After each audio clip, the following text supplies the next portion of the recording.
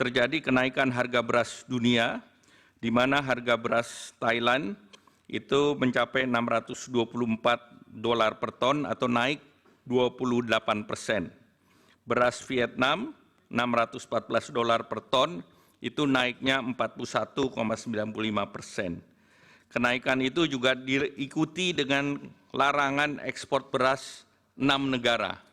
Di tahun 2023, India, Bangladesh, Rusia, UAE, Myanmar, dan Uganda melarang ekspor beras, dan juga 3 negara dilanjutkan di tahun 2024, India, Bangladesh, dan Rusia.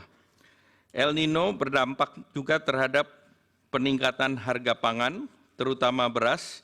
Kita lihat dari data bahwa volatile food terus meningkat di bulan Juli, hingga puncaknya Maret yang tercatat sebesar 10,33%. Beras menkontribusi kepada inflasi di bulan Maret saja 0,74%.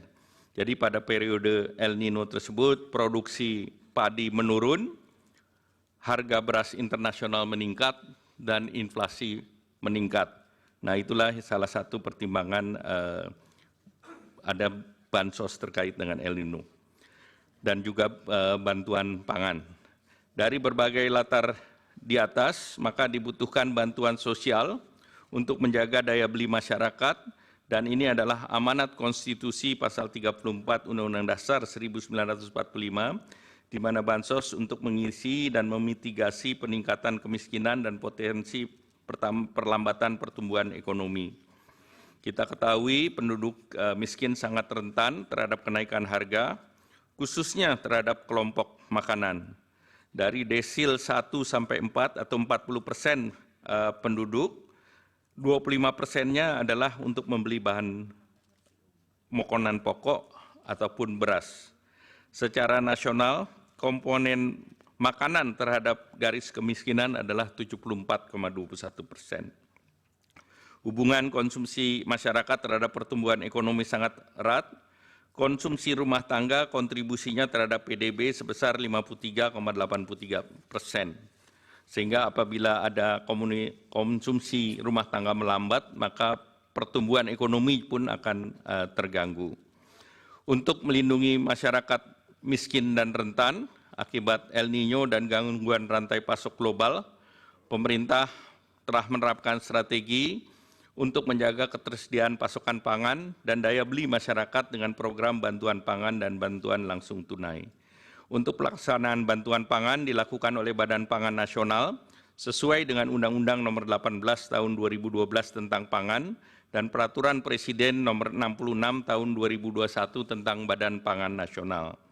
Pada tahun 2023, pemerintah meluncurkan bantuan pangan berupa 10 kilo beras menyasar kepada 21,3 juta KPM, penerima PKH atau sembako berdasarkan DTKS dengan realisasi anggaran sebesar 18,1 triliun, dan penyelenggaraan program ini adalah Bappenas.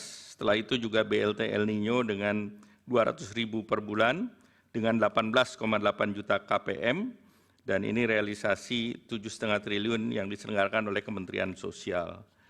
Untuk di tahun 2024, pemerintah melaksanakan program bantuan pangan berupa beras 10 kg menyasar 22 juta KTM dengan data P3KE seperti tadi disampaikan oleh Pak Menko PMK dengan alokasi anggaran 17,4 triliun. Selain itu juga BLT mitigasi risiko pangan, KPM-nya adalah 18,8 dan bantuannya sebesar 200.000 per bulan. Sebagai penutup, yang mulia Pak Ketua Majelis Mahkamah Konstitusi dan anggota Majelis Mahkamah Konstitusi, kami ingin menegaskan beberapa hal. Yang pertama, program perlindungan sosial adalah upaya pemerintah untuk mendukung masyarakat menghadapi berbagai tekanan, mempertahankan kehidupan dan penghidupan. Oleh karena itu, program perlindungan sosial terus berjalan dan dilaksanakan secara reguler. Untuk menghadapi berbagai kerentanan, tekanan ekonomi, pemerintah memberikan perlindungan sosial untuk menjaga daya beli masyarakat yang terdampak, terutama masyarakat miskin dan rentan. Oleh karena itu, pemerintah mencermati bahwa tahun 2023-2024 Resiko daripada El Nino yang menyebabkan kenaikan harga pangan ini dapat mengganggu penghidupan masyarakat yang miskin maupun rentan. Bahwa penetapan pelaksanaan program perlindungan sosial dilakukan secara transparan, akuntabel, dengan mekanisme APBN yang pembahasannya telah dilakukan bersama DPR RI dan melibatkan berbagai pihak terkait.